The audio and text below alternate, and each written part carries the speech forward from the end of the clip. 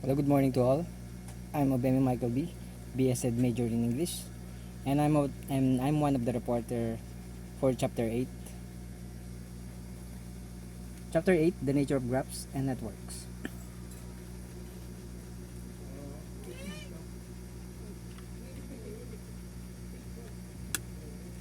Most people know that the word graph refers to a visual representation of some information or data using lines, bars, or chart. Graph theory is used to analyze model and solve various life real life situations the various real life situations. The first real life problem analyzed and solved using graph theory was undertaken by a Swiss mathematician named Leonard Paul Euler from who lives in from 1707 to 1783. Having lived most of his life in Russia and Germany, he created the first graph to simulate a real-time place and situation to solve a problem, considered as one of the most difficult at that time. His efforts laid the foundation for one of the most important fields of mathematics, with wide applications in many systems around us. A walk through the seven bridges of Königsberg. The problem of Königsberg's bridges originated in the city of Königsberg, formerly a part of Germany. The city is situated on the Prego River and had seven bridges that connected two land masses of towns to the mainland. People in the area of that time had always wondered if it was possible to walk through all the towns on the land masses by crossing each of the seven bridges only once. So ito po, dahil ang tao ay likas na malikain mag-isip, ngayon, yung mga tao nakatira sa Königsberg, inisip nila kung possible ba na tumawid sa pitong tulay na yan na isang beses na lahat ay malalakaran papunta sa mga land. It was in 1736 that Euler formulated the problem using graph theory with four dots representing the land masses and lines representing the bridges. Using graph theory, he was able to simplify and solve the problem to show that it was not possible to walk through each of the seven bridges only once. So itong si Euler, gumamit siya ng graph sa pamamagitan ng four dots na nagre-represent ng mga lands at itong mga lines ay nagre-represent ng bridges. With this graph, he was able to figure out that the thing that if it is possible that this land who has seven bridges, if it is possible to cross its bridges to the land through the to the land would be possible by crossing it just once. Pero with this theory of Euler, nalaman niya na hindi possible. Euler made use of the then new concept of degree of node, also referred to as degree of vertex. He propositioned that for any graph, each edge can be traversed exactly once if and only if it has no node of odd degree, or it has exactly two nodes of odd degree. This actually led to the conditions for Euler path and Euler circuits. So, sa pag-create niya ng tinatawag na zero node, which is no node of odd degree,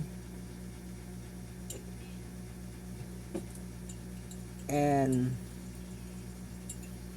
then that na-create niya yung tinatawag na condition na Euler path and Euler circuits. Ito na yun, yung graphs.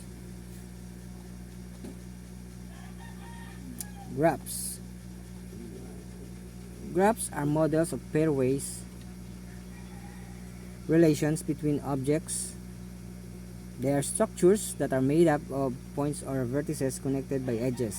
In graph theory, which is is the study of graphs as mathematical structures. A graph is an ordered pair. G is equal to B, E. It is composed of a set B of vertices together with a set of E of edges. Graph theory deals with the relationship of vertices and edges in graphs. Every point in the graph that connects edges is a vertex. Vertices that are connected by a line or an arc is called an edge.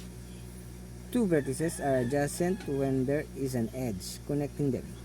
In graph theory, a solid line is used to represent a graph line or edge that connects 2 points or vertices. The term line segment is seldom used. So ito yung first graph. Merong 3 dots. Ngayon,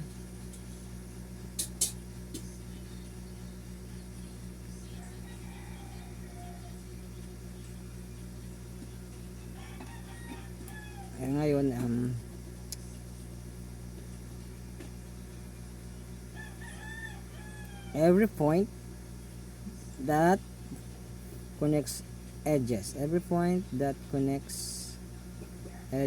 is a vertex.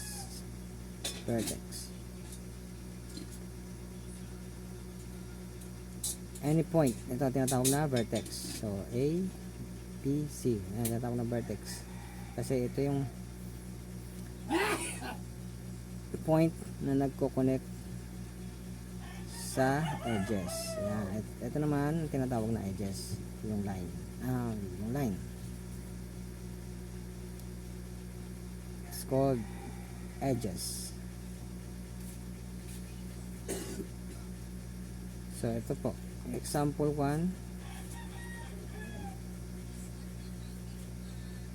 So yung graph pala can be described by its order and size. The order B of a graph is determined by the number of vertices of the graph.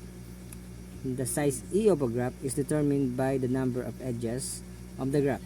The degree of a particular vertex can also be determined.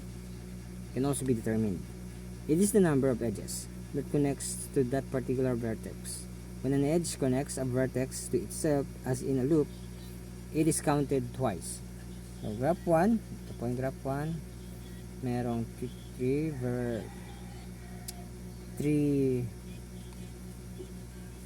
vertex. And with that 3 vertex there are 1, 2, 3, also 3 edges.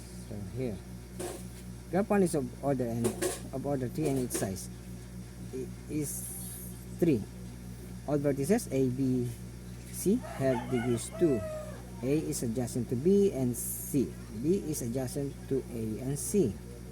The edges are AB, BC, and AC.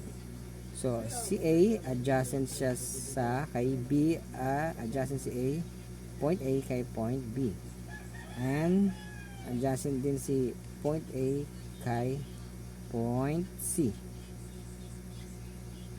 At si B naman adjacent sa kay point A tsaka point C. Yung edges nila nag-create ng edges na AB, BC, and AC. Sample 2, ito yung graph 2, merong 4 vertices, A, B, C, D. At sa vertices na yun, merong nag-create na 1, 2, 3, 4, 5 edges. Itong sa graph 2 naman,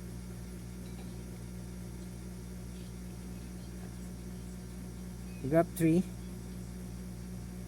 sa graph 3, a path is a root in a graph. Each vertex used in a simple path is adjacent to the next vertex and is used exactly once. It is written as a list of vertices. A circuit is a path that begins and ends at the same vertex. So, isa lang yung point niya, isa lang yung vertex niya. Ito tinatawag siyang circuit kasi na circuit because it ends at the same vertex. bumalik lang sa vertex.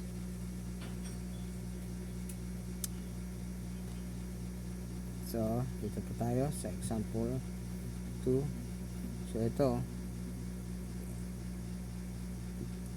In Euler's constructed graph, all the 4 nodes or vertices have odd degrees. 3 nodes of degree 3 and 1 node of degree 5. This claim that traversing each of all the edges only once is not possible. It can be verified by pencil tracing the graph through each and every vertex and edge without lifting the pencil. This has been tried countless times and proved unsuccessful. A Euler path is not a simple path. So here, itong graph na to, it is not possible to draw a line to all of these vertices once. Hindi siya possible. Hindi mo siya makukomplete na once mo lang maidodraw yung line in a continuous motion. Hindi mo siya complete na malaline. So here, a path of the graph is AAB FEDC. A, tapos nag-circuit siya, A, kaya A ulit, A, B, AAB, F, E, D, C. Sa isa namang path, ang path ay AAB, AAB, FCDEA. So A, nag-circuit, bumalik sa same vertex which is A, AAB, and B, F, C, D, E, A. Bumalik sa A, which is called a circuit. Now next graph, the following the conditions set for a Euler path, an edge can be added to the graph above so that there will only be 2 nodes of odd degree and the other 2 nodes will have an even degree. So eto, ilang vertices siya? 1, 2, 3, 4, 4. So ilang lines? 1, 2, 3, 4, 5, 6, 7, 8. 8 lines. A graph of Euler with an added edge and indicated degree of each vertex. So, added edge. Ito yung tintuan na added edge para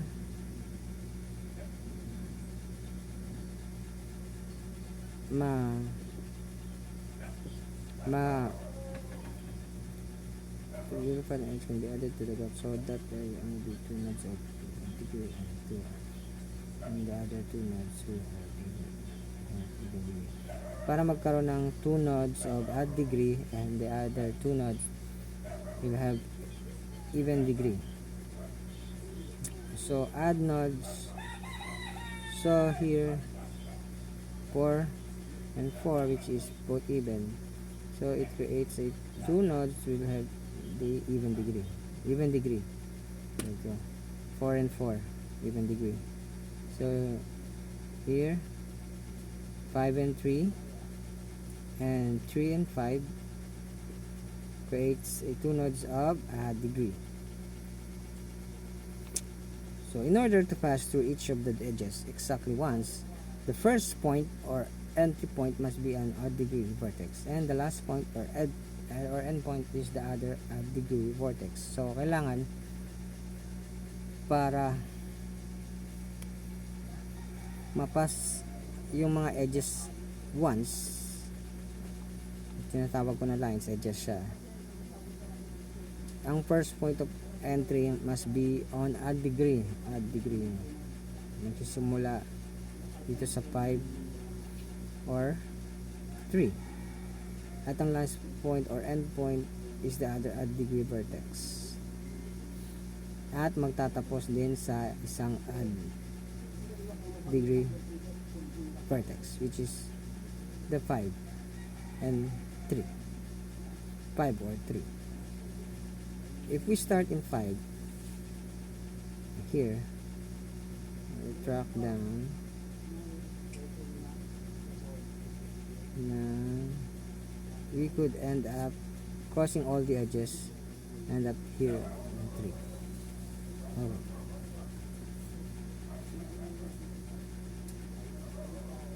Or rather in 5. And rather also in 5. Start at 5 and with 5.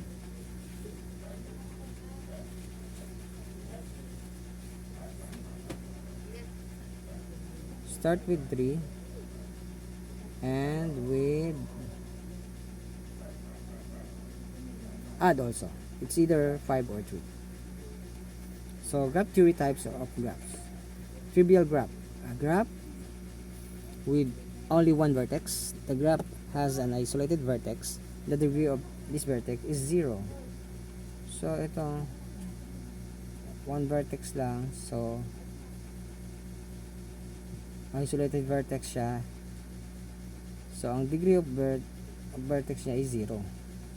Empty graphs. Next, graphs with no edges. It has 3 isolated vertices. So here, point lang siya. Wala siyang lines na nagko-connect sa bawat vertices.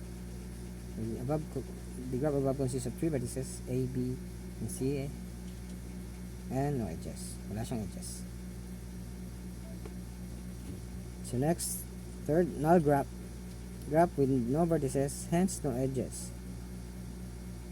Null graph. So null graph. Some books use the term empty graph and null graph interchangeably. To avoid confusion, just remember, for empty graph, E is equal to 0 or no edges. For null graph, yung E is equal to 0 or no edges. V is equal to 0, hence E is equal to 0. So vertex is equal to 0. So yung edges niya is equal to 0. Null graph with no vertices, hence no edges. Wala ring edges. Fourth, regular graph with graph with all vertices having the same degree, A, B, D, C, same degree. So it creates a circuit, same degree.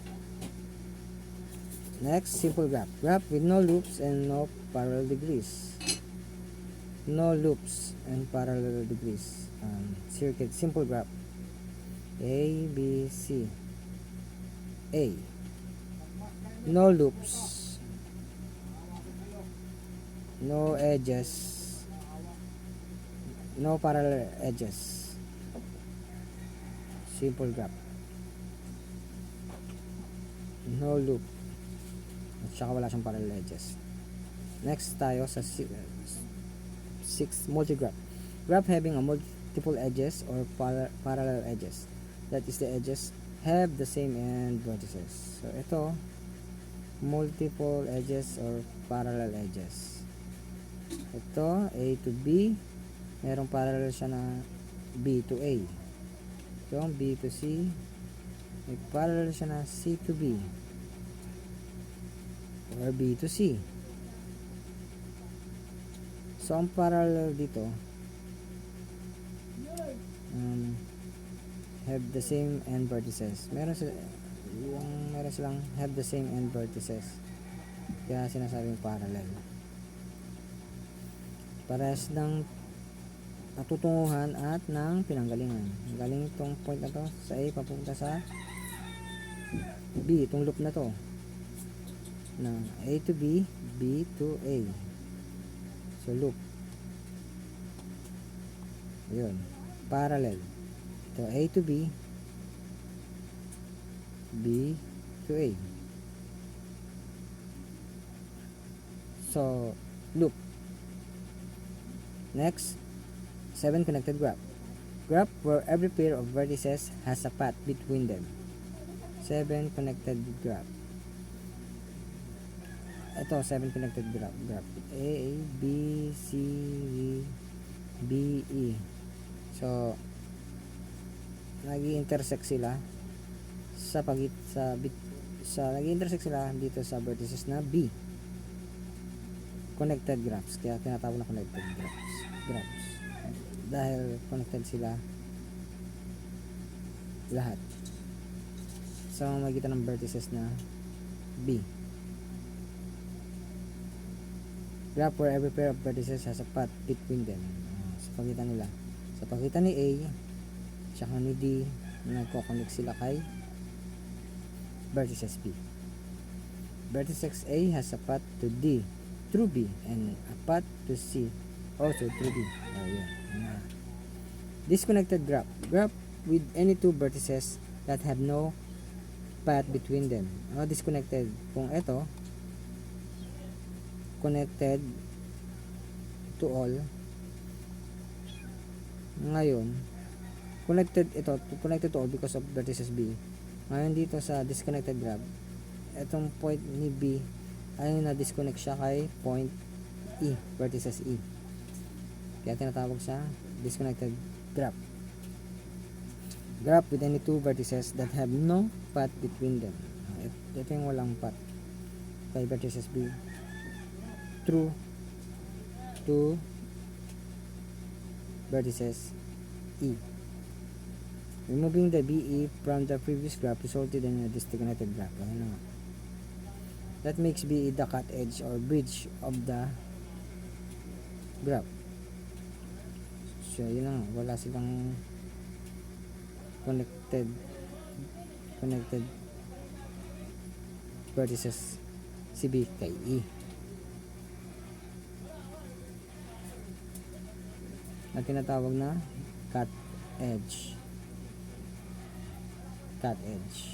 or bridge of the graph.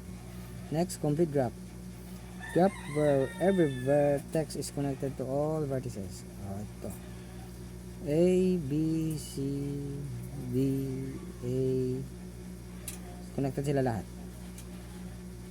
A, C, complete graph kasi connected sila lahat from A to D, D to B, B to C, C to A, A to B. Continuous yung path. Kaya connected silang lahat.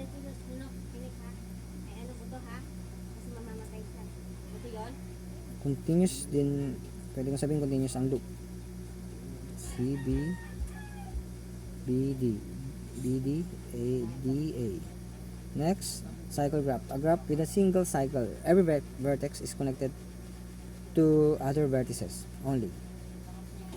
Cycle graph. A cycle is a path of vertices and edges that starts and ends with the same vertex when there is no repetition of edges and vertices other than the start and end point. It is a simple cycle where there could be a repetition of a vertex and that every vertex is adjacent to each other in the graph.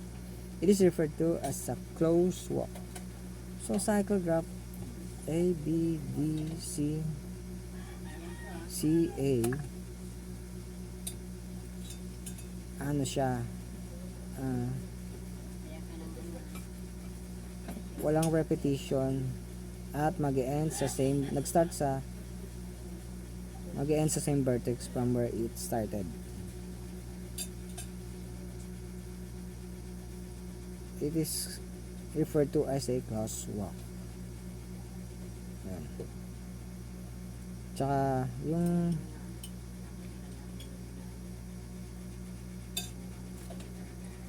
when there could be a repetition of a vertex and that every vertex is adjacent to each other in the graph, it is referred to as a closed walk. When there could be a repetition of a vertex that every vertex is adjacent to each other in the graph, it is referred to as a closed walk. A closed walk, repetition that every vertex is adjacent to each other. Cycle graph. Single cycle, every vertex is connected to two other vertices only. This is only cycle. Vertices can start and ends with the same vertex with there is no repetition of vertices and vertices other than the start and end point. It is simple cycle. So yung repetition, hindi ito yun na may repetition of a vertex and that every vertex is adjacent to each other in the graph. Hindi siya closed walk. Ang tawag dito ay simple cycle. Kasi no repetition of edges and vertices other than the start and end point. Yan. Kung saan nagsimula, dun din magtatapos. Next, directed graph. Also referred to as this graph. It consists of a set of vertices and edges that are directed from one vertex to another vertex and indicated by arrowheads. Directed graph, also referred to as digraph. It consists of a set of vertices and edges that are directed from one vertex to another vertex and indicated by arrowheads. So wala siyang nakalagay dito kaya hindi ko maipaliwanag. Next is 12 undirected graph. A graph that is not directed. That is the edges do not have direction. Directed graph yung may arrow. May arrow from A, B, C to A. Yung undirected graph dito, hindi mo alam kung saan mag-umpisa, kung saan yung direksyon, kung papunta si A sa B or papunta si A sa C. No direction. Yun yung tinatawag na undirected graph, which is this. Of course, undirected graphs will be considered in this chapter.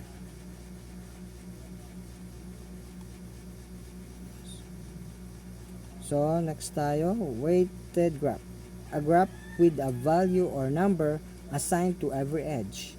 The value or number assigned to the edge is the weight of the edge, which could represent distance, time, etc. The figure need not to be drawn with the weight treated as length of the figure. The figure can have equal edges but of different weights. So, parang ito, pwede mong magamit sa physics kasi nagre-represent ng distance, time, tsaka etc. Yung value ng number assigned to the edge is the weight of the edge, which could represent distance, time. Okay. Yung edge, weighted graph, yung edge, yung value nun ay pwedeng mag-represent ng distance, times, at iba pa. So that would be all of my topic. I hope you learned something from me. Thank you very much and have a great day.